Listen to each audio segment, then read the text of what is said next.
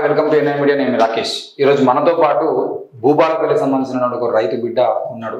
మరి ఈ రోజు తను మన స్టూడియోకి రావాల్సిన అవసరం ఏమొచ్చింది? కాంగ్రెస్ ప్రభుత్వం వరంగల్ డిక్లరేషన్ సంబంధించిన విషయంలో, వరంగల్ రైతు డిక్లరేషన్లో ఏమేమి హామీలు ఇచ్చింది, ఏమేమి హామీలు ఇచ్చి ఈరోజు వాళ్ళ మరి మంత్రి ఇలాకాలనే జరుగుతున్నటువంటి అన్యాయాలు ఏంటి, రైతు డిక్లరేషన్లో కాంగ్రెస్ ప్రభుత్వం ఆనాడు వరంగల్లో ప్రకటించినటువంటి విధంగా అన్ని పంటలను మూడో పాయింట్, అన్ని పంటలను మెరుగైన మద్దతు ధరతో కాంగ్రెస్ ప్రభుత్వమే కొనుగోలు చేస్తుంది అనే విషయాన్ని ఆనాడు రైతు డిక్లరేషన్ లో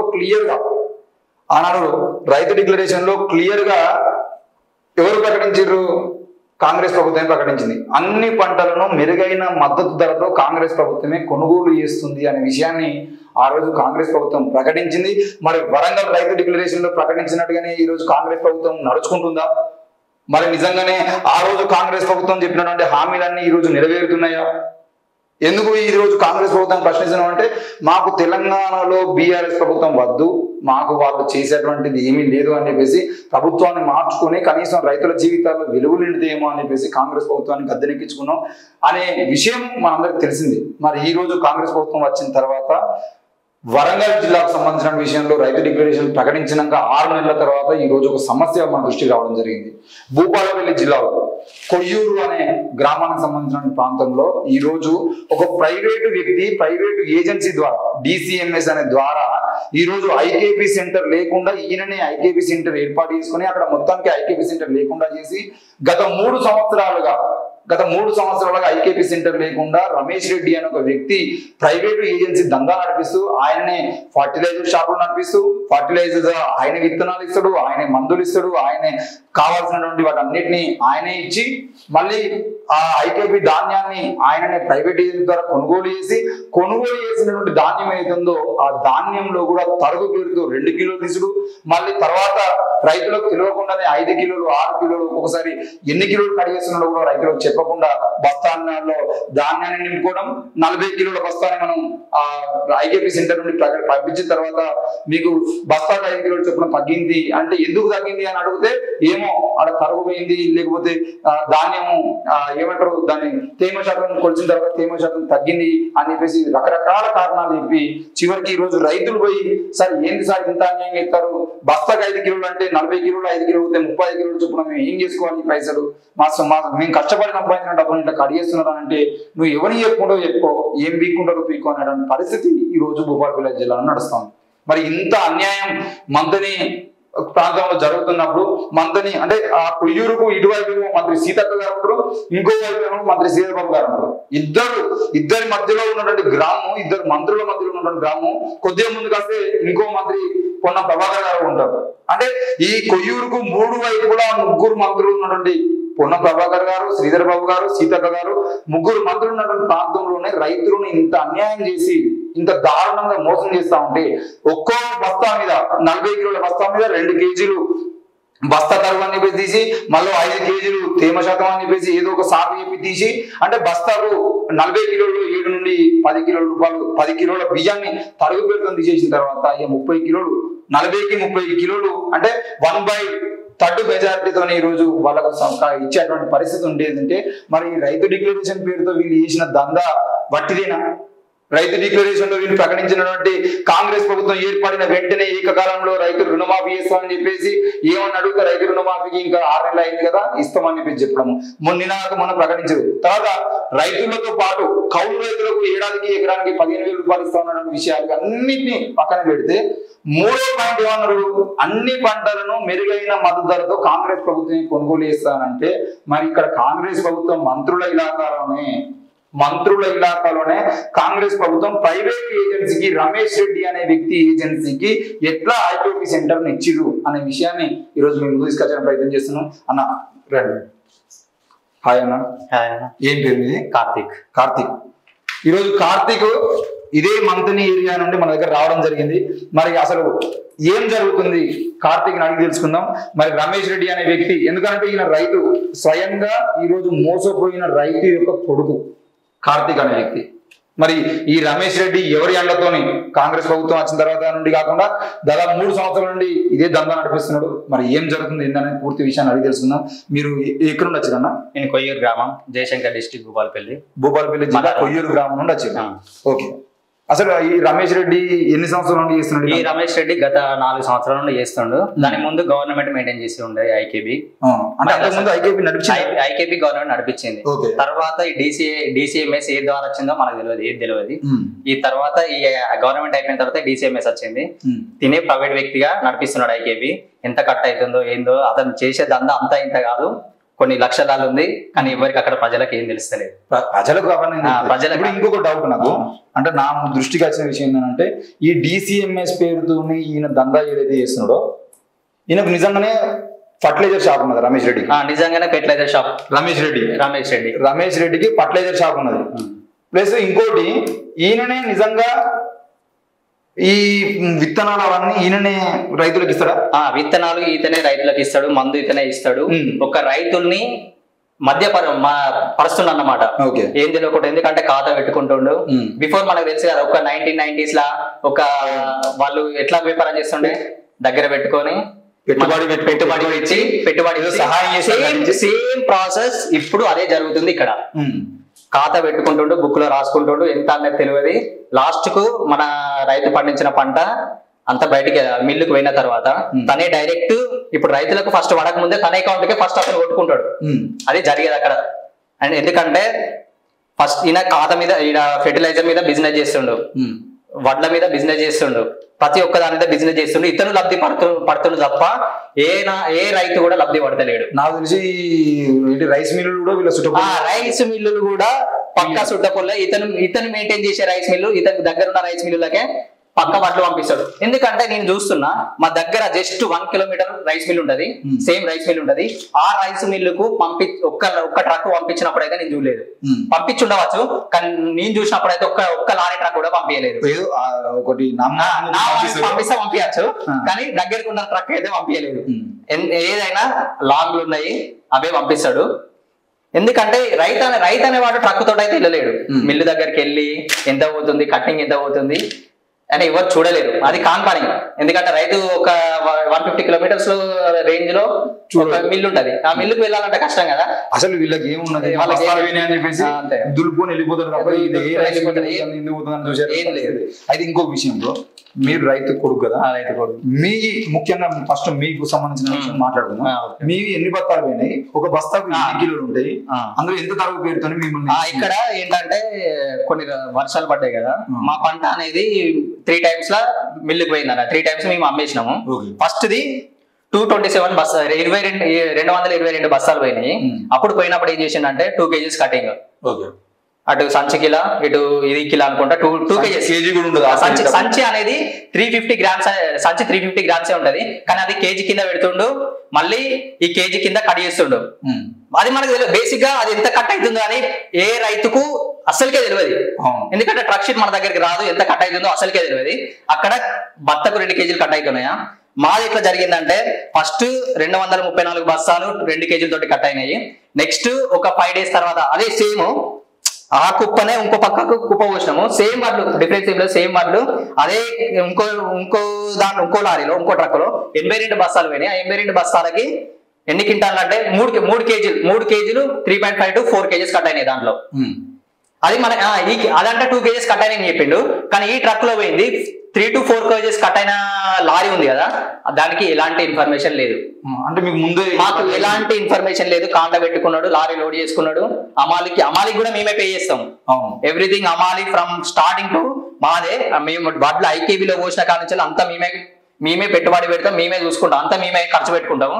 అక్కడ ఐకేబీ లారీ ఎక్కింది, ట్రక్ పోయిన తర్వాత ఎలాంటి ఇన్ఫర్మేషన్ లేదు. అది 82 బస్తాలో 4 kgs డ్యాన్స్ 4 kgs కట్ అయిపోయినాయి. 4 kgs కట్ అయిన తర్వాత మాకు ఎలాంటి ఇన్ఫర్మేషన్ లేదు, ట్రక్ షీట్ లేదు. అది ఇప్పుడు మళ్ళా సేమ్ వడ్లు మనకు తెలియదు, అది అప్పటి వరకు తెలియదు. పైసలు క్రెడిట్ అయిన తర్వాత మా నాన్న నాకు ఫోన్ చేసి, చిన్నకి ఇట్లా పైసలు క్రెడిట్ అయినాయి, ఇంత పడ్డాయి అని నాకు ఫోన్ చేసిండు. అవునా, సరే చూద్దామని నేను చూసిన. ఓకే, అది నేను దాన్ని బట్టి, ఎందుకంటే నాకు చెప్పలేదు. 2 ఒకటే సార్ లాస్ట్, ఇంకో 3 సార్లు మేము అమ్మినాం కదా. లాస్ట్ది 234 బస్తాలు 234 బస్తాలు లాస్ట్కి పోయినాయి. లాస్ట్కు ఏమన్నాడు అంటే స్టార్టింగే, మళ్ళా నీ పైసలు నీ కట్ అయితే కావచ్చు, ఆడ రైస్ మిల్లులో దించుకుంటలేడు. ఎందుకు దించుకుంటలేడు నాకు తెలియదు, నేనేం అప్పుడు మాట్లాడలే, బేసిక్గా నేను పక్కకే ఉన్నా. మళ్ళా రైస్ మిల్లులో దించుకుంటలేరు, ఏ రైస్ మిల్లు అద్దంటానే వాళ్ళు, నేనైతే పంపిస్తానా అని అన్నాడు. సరే పంపియే, మనం పంపి వడ్లు పెట్టుకొని ముందర పెట్టుకుని దాని మీద దండ వేసి ఆడ కూర్చుంటామా, ఏం చేయలేం కదా. ఎంత కొంత సరే పంపించి ఎంత అవుతుందో చెప్పు నాకు చెప్పు అని అన్నా. సరే లోడ్ పెట్టినాం, అయిపోయింది, పంపించేసిండు.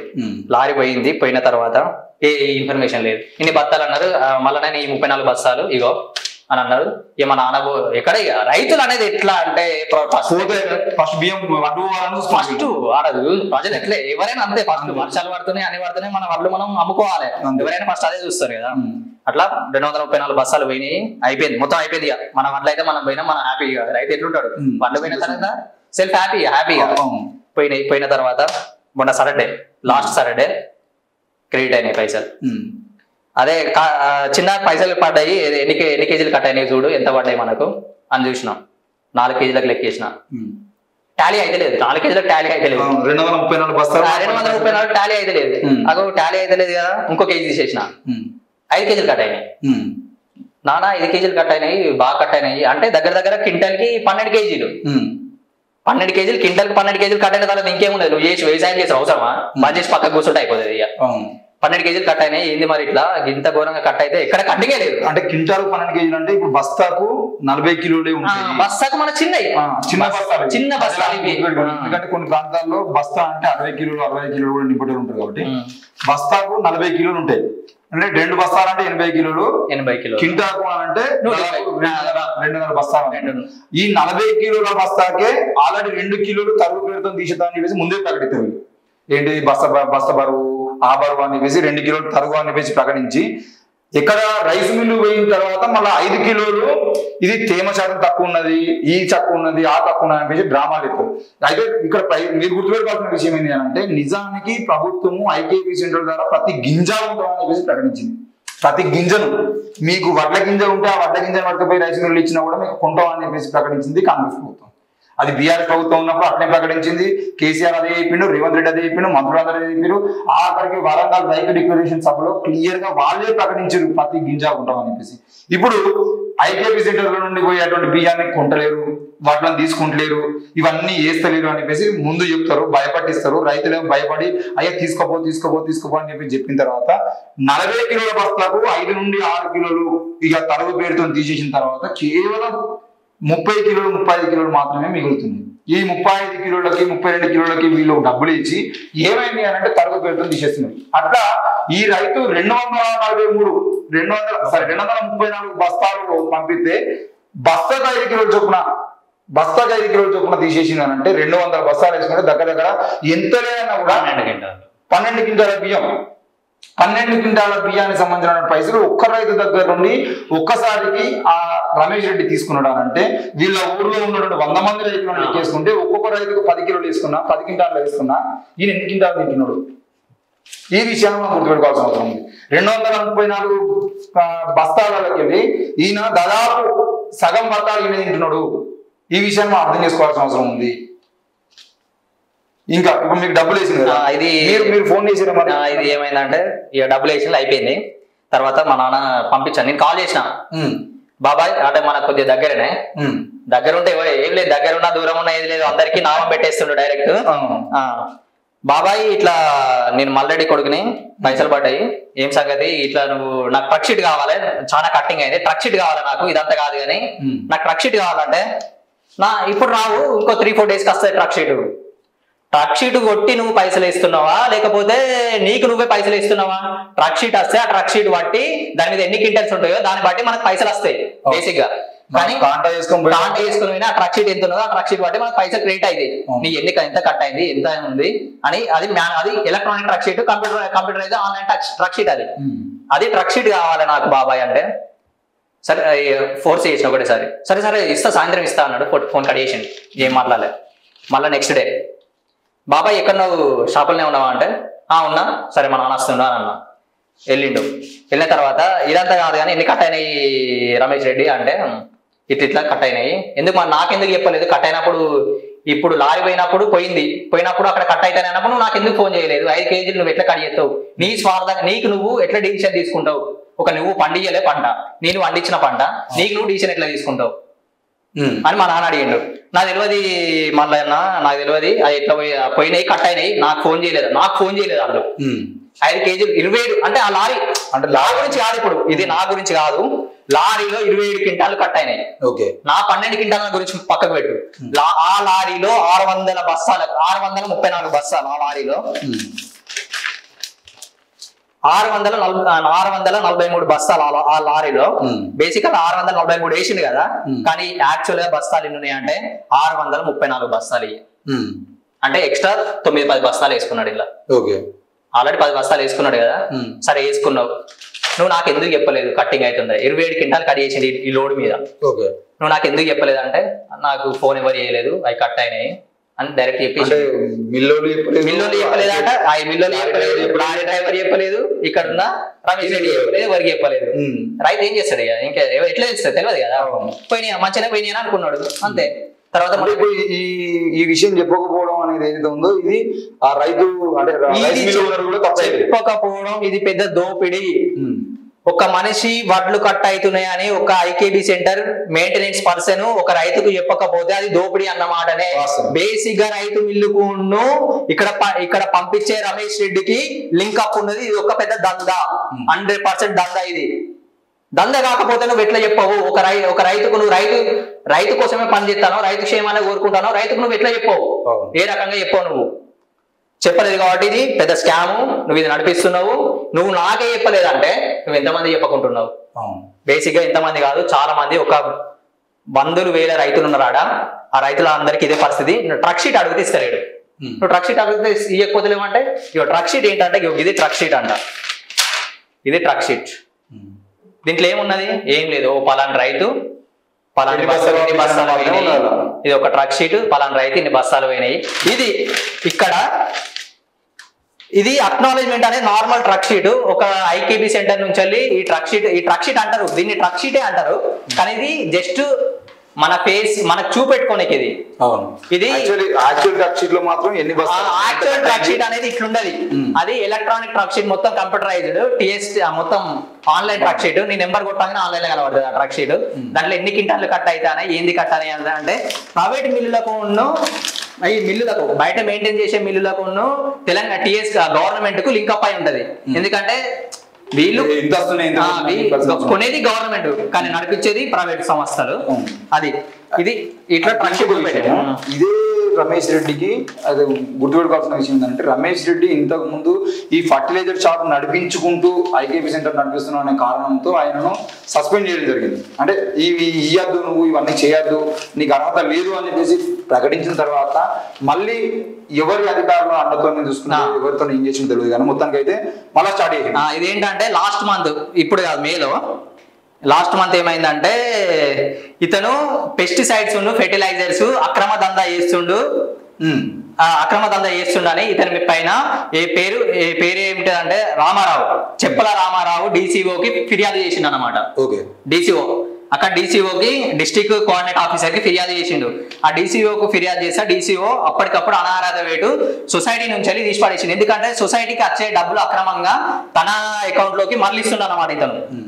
అంటే ఇప్పుడు రైతు చేయాల్సినటువంటి విషయం ఏంటంటే, రైతు పంట పండిస్తున్నాడు, పంట పండించినప్పుడు ఈయనకేదో మందు కావాలి. ఈయన మందు కావాలనుకున్నప్పుడు ఏం చేస్తుంది, ఈయన దగ్గర కాకపోతే ఇంకో దోస్తు దగ్గర ఉంటే ఆయన దగ్గర పోయి తీసుకుంటాడు. ఈయన దగ్గర 1000 రూపాయలు అంటే మా 950 ఇస్తాను అంటే తీసుకో. ఇక్కడ ఏమైతుందని అంటే, నువ్వు రమేష్ రెడ్డి దగ్గర విత్తనం తీసుకున్నావు కాబట్టి రమేష్ రెడ్డి దగ్గర ఎరువులు కొనాలి, రమేష్ రెడ్డి చెప్పిన ఎరువులే వేయాలి. నీకు 5 కిలోలు కావాలంటే అవసరం అయితే 10 కిలోలు తీసుకో, 10 కిలోలు పడుతుంది అని చెప్పేసి 10 కిలోలు అమ్ముతాడు. ఏది ఏమైనా మొత్తానికి మొత్తం రమేష్ రెడ్డి విత్తనాలు ఇస్తాడు, రమేష్ రెడ్డి విత్తనాలు ఎరువులు అమ్ముతాడు, రమేష్ రెడ్డి వేసుకుంటాడు, ఆ ఐకేపీ సెంటర్ నడిపిస్తాడు, రమేష్ రెడ్డి ఆఖరికి పైసలు ఇస్తాడు. ఈ దందాలు రెండో విషయం ఏంటి అని అంటే, పెట్టుబడి సహాయం పేరుతో కొంతమంది రైతులకు ఈయనని డబ్బులు ఇచ్చి వాటి వడ్డీ పేరుతోనే ఇంకో ఎరువులకు ఇంత అయినాయి అని చెప్పేసి ఎక్కడ లేని విధంగా. ఇవి మనం వేరే తెలిసిన షాప్కు ఏదంటే 1000 రూపాయలు ఉన్న మందు ఒక 800కి ఇచ్చారనుకో, ఈయన 1000 రూపాయల చొప్పున మాత్రమే బిల్లు వేస్తాడు. రూపాయి తక్కువ ఉండదు.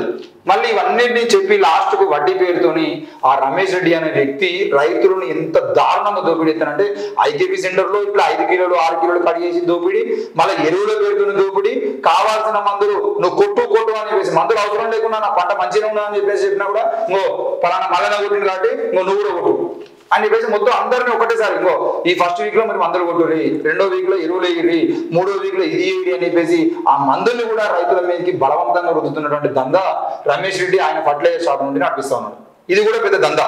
ఇది అంటే ఇది చాలా పెద్ద దందా ఫెర్టిలైజర్ షాప్ నుండి. ఒక్క ఫెర్టిలైజర్ షాప్ లో ఒక రైతు ఖాతా పెట్టుకొని అది ఎంత అవుతుంది అందాక 60,000 70,000 ఖాతా బిల్లు. ఒకటి 10 ఎకరాలు ఒకరు 15 ఎకరాలు రైతు దున్నుతే దగ్గర ₹1,00,000 ఖాతా అవుతుంది. నువ్వు ఖాతా ద్వారా దానికి వడ్డీ వేస్తున్నావు. వడ్డీ వేసిన తర్వాత ఏం చేస్తున్నావు అంటే రైతు వడ్లు అమ్ముకుంటాడు, వడ్లు అమ్ముకొని అయిపోతుంది. అయిపోయిన తర్వాత నువ్వు ఏ రకంగా ఖాతా బిల్లు నీ అకౌంట్లోకి నువ్వు మరలిస్తావు. నీకు ఎక్కడ అథారిటీ ఇచ్చింది, నీకు ఎక్కడ యాక్సెస్ ఇచ్చింది? తెలంగాణ గవర్నమెంట్ ఒక ట్రక్ షీట్ నుంచి వచ్చా అంటే నువ్వు ఫస్టే నువ్వు రైతు 500 బస్తాలు పంపిస్తే అదేంటిది నీ ఖాతా బిల్లు ఫస్టే బత్తాలు కట్ చేసుకొని రిమైనింగ్ ట్రక్ షీట్లో నీ పేరు మీద వేసుకొని రిమైనింగ్ రైతు మీద వేసి పంపిస్తున్నావు. అంటే నీ ఫస్టే ఈ పైసలు అనేవి మరలిస్తుండు, డైరెక్ట్ ఖాతాకే కొట్టుకుంటాను. ఆ ఖాతా రైతుకు చెప్పి ఇంత ఉన్నది నీ ఖాతా, నువ్వు లెక్క చూసుకో అనేది లేదు. ఫస్ట్ కట్ చేసుకుంటాడు, తర్వాత నీకు ఏమైనా నచ్చేది ఉంటే చెప్పుకో. లెక్క 20,000 ఉంటే 30,000 కట్ చేసుకో, 30,000 కట్ చేసుకుంటాడు. 40,000 ఉంటే 50,000 కట్ చేసుకుంటాడు. లెక్క చేసుకున్న తర్వాత రైతు తెలివి లేనివాడు అయితే 50,000 కట్ అవుతాయి, 40,000కి 50,000 కట్ అవుతాయి. అదే తెలివి ఉన్నవాడు అయితే 35,000 కట్ అవుతాయి. తెలివికి తెలివి లేనివాడికి తేడా ఉంది కదా. వాడు ఫస్ట్ నుంచి రైతు అనేవాడు ఫస్ట్ నుంచి రాసుకుంటాడు. ఏం తెలివి ఉన్నాడు ఖాతా ఏం ఖాతా ఉన్నదో అదే. ఒక్కరోజు ఇదే జరిగింది.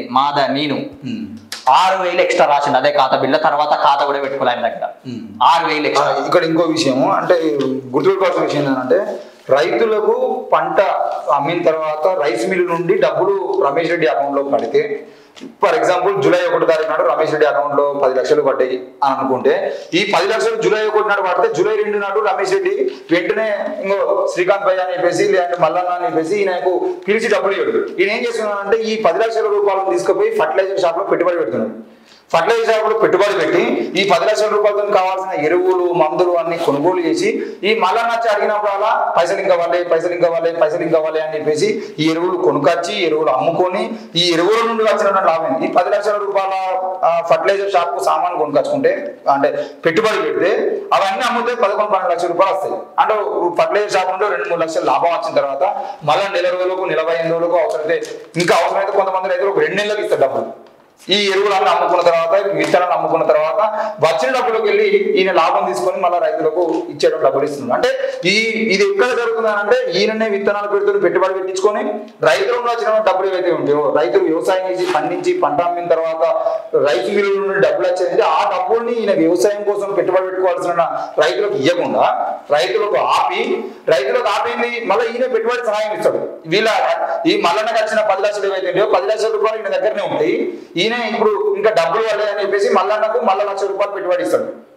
₹1,00,000 పెట్టుబడి ఇచ్చి ఈయన కొన్నాడు ఎరువులు కొన్నాడు అన్న తర్వాత ఆయన పైసలు వచ్చినాయని చెప్పేసి మళ్ళీ మిగతా 10 లక్షలు ఇచ్చేది ఉంటే ఆల్రెడీ ₹1,00,000 అప్పు చేసింది కదా. ఇక పైసలు తీసుకోవాలంటే ₹1,00,000 ఇంకో 4 రోజులకు ఇంకో మళ్ళీ 3,000 6,000 వడ్డీ అని చెప్పేసి వడ్డీ తీసుకొని ఈయనకి ఇచ్చేటువంటి పరిస్థితి.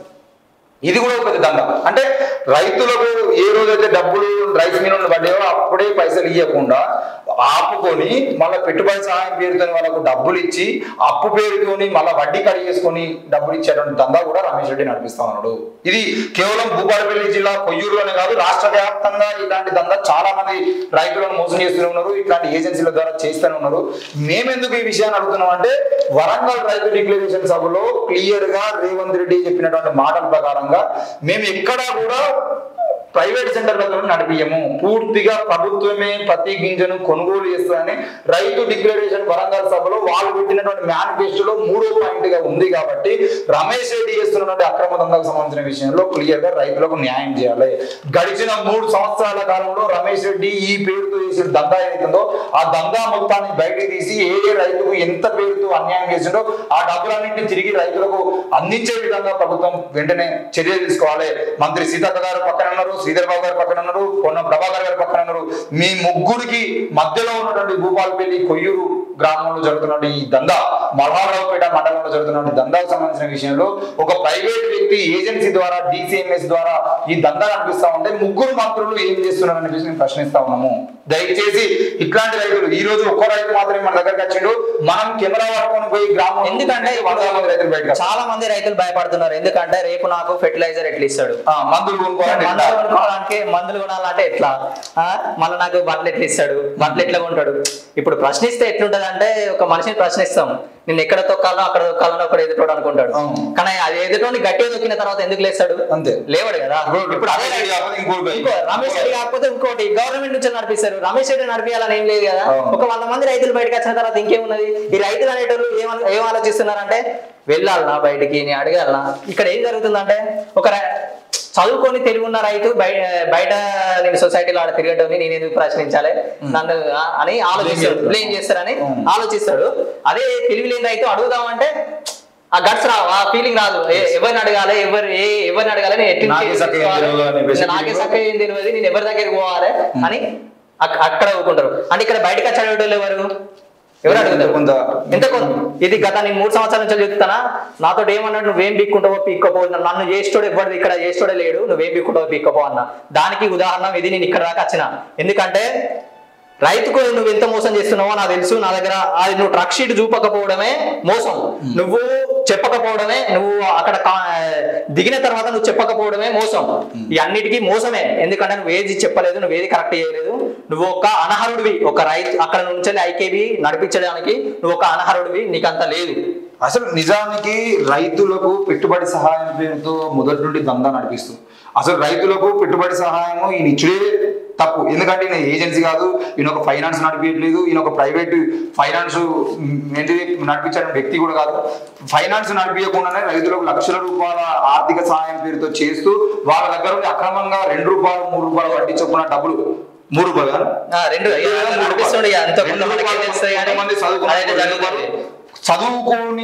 చదువు మొత్తానికి రాని కొడుకులు బిడ్డలు, ఇట్లాంటి తెలుగుగల కొడుకులు బిడ్డలు లేనటువంటి వ్యక్తులకు 4 రూపాయలు ఇచ్చేటువంటి వ్యక్తి కూడా రమేష్ రెడ్డి. అంటే రైతులకు వడ్డీ పేరుతో రుణాలు ఇవ్వడము, సహాయం పేరుతో రుణాలు ఇచ్చి వాటికి అక్రమ వడ్డీ వసూలు చేసినటువంటి రమేష్ రెడ్డిని అనర్హులుగా ప్రకటించాలి. రెండవది IKB సెంటర్ నడిపించేటువంటి వ్యక్తి, విత్తనాలు ఇచ్చేటువంటి వ్యక్తి ఈ రోజు ఫర్టిలైజర్ షాప్ నడిపించుకుంటూ వాళ్ళ షాప్ లోనే అక్రమంగా తప్పకుండా ప్రతి రైతు వాళ్ళ షాప్ లోనే కొనాలి అని చెప్పేసి రూల్స్ పెట్టి వాళ్ళ షాప్ నుండి మందులు ఇస్తున్నటువంటి వ్యక్తి, అంటే రైతుల మీదకి అక్రమంగా దందా నడిపిస్తున్న వ్యక్తి ఆయన ఫర్టిలైజర్ షాప్ మీద. ఇక్కడ ఏం జరుగుతుందో అంటే రైతు ఆయన దగ్గర ఎవరు ఖాతా పెట్టుకున్నారో వాళ్ళే ఫస్ట్ పెడతాడు ముందు. ఎందుకంటే అతనికి వస్తాయి కదా పైసలు, ఎందుకంటే ఖాతా పెట్టుకున్నాడు కాబట్టి తన క్రెడిట్ అయితే కాబట్టి ఫస్ట్ వాళ్ళే పంపిస్తాడు. మీతో పంపిస్తాడంటే ముందు పంపించేది పైసలు వచ్చేది మళ్ళీ ఫర్టిలైజర్ షాప్ లో పెట్టుబడి పెట్టడం కోసం. కాబట్టి ఫర్టిలైజర్ షాప్ నడిపించుకుంటూ ప్రైవేటు IKB సెంటర్ నడిపిస్తున్నాడు రమేష్ రెడ్డి. IKB సెంటర్ ను వెంటనే రద్దు చేయాలి. ప్రభుత్వానికి IKB సెంటర్ నడిపించడం చేత కాకపోతే రైతు డిక్లరేషన్ సభలో రేవంత్ రెడ్డి చెప్పిన మాటల్ని వెనక్కి తీసుకొని రైతులకు బహిరంగ క్షమాపణ ఇవ్వాల్సిన అవసరం కూడా ఉంది. కాబట్టి వెంటనే IKB సెంటర్ ను రమేష్ రెడ్డి నుండి తొలగించి ప్రభుత్వం ఆధీనంలో DCMS అక్కడ ఉండదు. రెండవది, ఈ రైతులకు పెట్టుబడి సహాయం పేరుతో చేస్తున్న దందా ఏదైతుందో, ఈ 3 సంవత్సరాలుగా రమేష్ రెడ్డి చేసిన దందా ఏదైతుందో, రైతుల నుండి ఎవరెవరికి ఎన్ని డబ్బులు కడిగేసి ఈయన దందా నడిపించడం వాటి అన్నిటి మీద విచారణ జరిపించి వెంటనే రైతులకు వడ్డీ పేరుతో తీసుకున్న డబ్బులు ఏవైతే ఉన్నాయో వాటి అన్నింటినీ కూడా రైతులకు తిరిగి చెల్లించాల్సిన బాధ్యత కూడా ప్రభుత్వమే ఉంది. మరి 3 మంత్రులు మధ్యలో నుండి నడిపిస్తున్నటువంటి ఈ రమేష్ రెడ్డి ఎవరి అండతోని, అయ్యా శ్రీధరబాబు గారి అండ ఉందా, లేదంటే సీతక్క గారి అండ ఉందా, పొన్నం ప్రభాకర్ గారి అండ ఉందా, లేదంటే రాష్ట్రంలో ఉన్న రేవంత్ రెడ్డి గారి అండ చూసుకొని ఈ రోజు ఈ దందా నడిపిస్తున్నాడా? ఎవరి అండతోని? అధికారులు ఎందుకు ఈ విషయం మీద చర్యలు తీసుకోవట్లేదు? మరి ఇంత ప్రైవేట్ కింద నడిపిస్తున్నా కూడా రమేష్ రెడ్డిని ఎందుకు చర్యలు తీసుకోవట్లేదు, కేసులు నమోదు చేయట్లేదు విషయం మీద కూడా ప్రభుత్వం వెంటనే స్పందించాల్సిన అవసరం ఉంది. ఇట్లాంటి రాష్ట్రంలో ఎక్కడ ఏ ప్రైవేట్ వ్యక్తి ఏజెన్సీ నడిపించినా ఆ ఏజెన్సీలను వెంటనే తొలగించి మీరు చెప్పిన రైతు డిక్లరేషన్ ప్రకారంగా 3వ పాయింట్ ప్రకారంగా ప్రతి గింజను ప్రభుత్వం కొనుగోలు చేయాల్సినటువంటి బాధ్యత ప్రభుత్వం నేను గుర్తు చేస్తాను. ఈ తరుగు పేరుతోని ఈ సంవత్సరం మొన్న జరిగినటువంటి పంటకు సంబంధించిన పంట సాయం సంబంధించిన విషయంలో తరుగు పేరుతోనే రైతులకు ఎవరెవరికైతే ఎంత డబ్బులు కడిగేసిందో వాళ్ళందరికీ తిరిగి పూర్తి డబ్బుల్ని ఒక్క గింజ కూడా తరుగు లేకుండా పూర్తిగా మీరు బస్తాకి అన్నట్టుగా హాఫ్ కేజీ 1 కేజీ చివరికి 2 కేజీలు అయితే 2 కేజీలు తీసేసి మీరు ఇచ్చినా పర్లేదు, కానీ 5 కేజీలు 6 కేజీలు ఎవరికైతే కడిగేసినా వాళ్ళందరికీ తప్పకుండా ప్రతి రూపాయిని తిరిగి వెనక్కి ఇచ్చేటువంటి విధంగా అధికారులు చర్యలు తీసుకోకపోతే మాత్రం తప్పకుండా రేపటి రోజున ఇదే భూపాలపల్లి జిల్లా కలెక్టర్ ఆఫీస్ ముట్టడికైనా రైతులతో మేము సిద్ధంగా ఉన్నాం. రెండవది అవసరమైతే ముఖ్యమైన మంత్రి గారి ఇంటి ముట్టడికైనా, రేవంత్ రెడ్డి ఇంటి ముట్టడికైనా, అవసరమైతే అసెంబ్లీ ముట్టడికైనా, సెక్రటరీ ముట్టడికైనా మీ అందరం రేపు పొద్దుగాల శుక్రవారం మంగళవారం అని చెప్పేసి మీరు ఏంది ప్రజాభవన్లో ప్రజా కేసులు చూస్తామన్నారు కదా, రేపు వందలాది మంది రైతులు ట్రాక్టర్లు వేసుకొని ఎడ్ల బండ్లు వేసుకొని ఆ ప్రజాభవన్కి వచ్చేటువంటి పరిస్థితి కూడా వస్తుంది. కాబట్టి దయచేసి వెంటనే ప్రభుత్వం స్పందించి ఈ విషయం మీద చర్యలు తీసుకోవాలని చెప్పేసి మేము కోరుతా ఉన్నాం. ఇది కనుక జరగకపోతే తప్పకుండా మీరు నెక్స్ట్ రైతులకు సంబంధించిన విషయంలో జరిగేటువంటి పోరాటాన్ని కూడా మేము ఎన్ఐ మీడియా ద్వారా చూపిస్తామని తెలియజేస్తున్నాం. Thank you bro. మళ్ళా మీరు వీలుండే తప్పకుండా అంటే మీ ఒక్క కుటుంబం గురించి కాకుండా రైతులందరూ నేను కూడా నా కుటుంబం అది కాదు, నువ్వేం పీక్కుంటావో పీక్కపో అన్నందుకు ఇది నా అంటే రైతుల దగ్గర ఉండే బతుకుతున్నటువంటి వ్యక్తి ఇప్పుడు రైతు కుటుంబాలని మీరు ఏం బీక్తారు, మీరు ఏం బీకలేరు అనే విషయం కనుక వచ్చింది అని అంటే రమేష్ రెడ్డికి రైతుల నుండి అంటే అధికారుల నుండి ప్రభుత్వం నుండి ఎంత అండా ఉందో అనేది మనం చూసుకోవచ్చు. దయచేసి ప్రభుత్వం వెంటనే ప్రకటించాలని కోరుతున్నాం. రైతులైనా ఇంకా ఆలోచించండి, బయటికి రండి, మీకు ఎంత అన్యాయం ఉండదు. ఇప్పటికీ ఇంకెవరు అడుగుతలేరు, బయటికి రండి, అడగండి, ట్రక్ షీట్లు అడగండి, మీ పైసలు మీరు తీసుకోండి అంతే. ఇప్పుడు ఒక రైతుకు 12 క్వింటాలు ఒక్కసారి వేయడానికి 12 క్వింటాలు రెండు లారీకి 27 క్వింటాల్, లారీకి 27 క్వింటాల్ అంటే ఒక లారీ మీద 60,000, ఒక లారీ మీద 60,000. మళ్ళీ లారీ మీద ప్రభుత్వం ఇచ్చే డబ్బులు కాకుండా దీనికి వచ్చే కమిషన్ కాకుండా తీసుకునేది 60,000 అంటే ఈయన ఒక్క సీజన్ కి ఎన్ని లక్షలు ఎన్ని కోట్లు గత 3 సంవత్సరాల నుంచి ఎన్ని కోట్లు సంపాదిస్తుండు, ఎంత మంది ఉన్నారు దీని వెనుక. ఇదే విషయం మీద కాంగ్రెస్ ప్రభుత్వం అధికారంలోకి వచ్చిన తర్వాత నల్గొండ జిల్లా సూర్యాపేట జిల్లాకు సంబంధించిన విషయంలో కూడా ఒక ఐకేపీ సెంటర్ నడిపించేటువంటి వ్యక్తి, ఒక రైస్ మిల్ నడిపించేటువంటి వ్యక్తి, బీఆర్ఎస్ పార్టీకి సంబంధించిన నాయకుడు ఎన్ని కోట్లు దాదాపు 1,100 కోట్ల రూపాయలు గత 10 సంవత్సరాల్లో మోసం చేసిందని చెప్పేసి ఆడ పేపర్లో వచ్చినటువంటి వార్తలు కూడా మనం చూసినాం. దయచేసి ఈయన మీద కూడా కమిషన్ వేసి వెంటనే ఆ ఐటీ వాళ్ళు కానీ ఇక్కడ రైతుకు సంబంధించినటువంటి డీసీఓలు కానీ వాళ్ళందరూ కానీ ఆయన మీద ప్రత్యేక కమిషన్ వేసి ఆయన చేసిన దందా మీద చీకటి దందా మీద పూర్తిగా ఎంక్వైరీ చేయాలని కూడా మేము కోరుతా ఉన్నాం. చూస్తూనే ఉన్నాను ఎన్ఐ మీడియా. Thank you.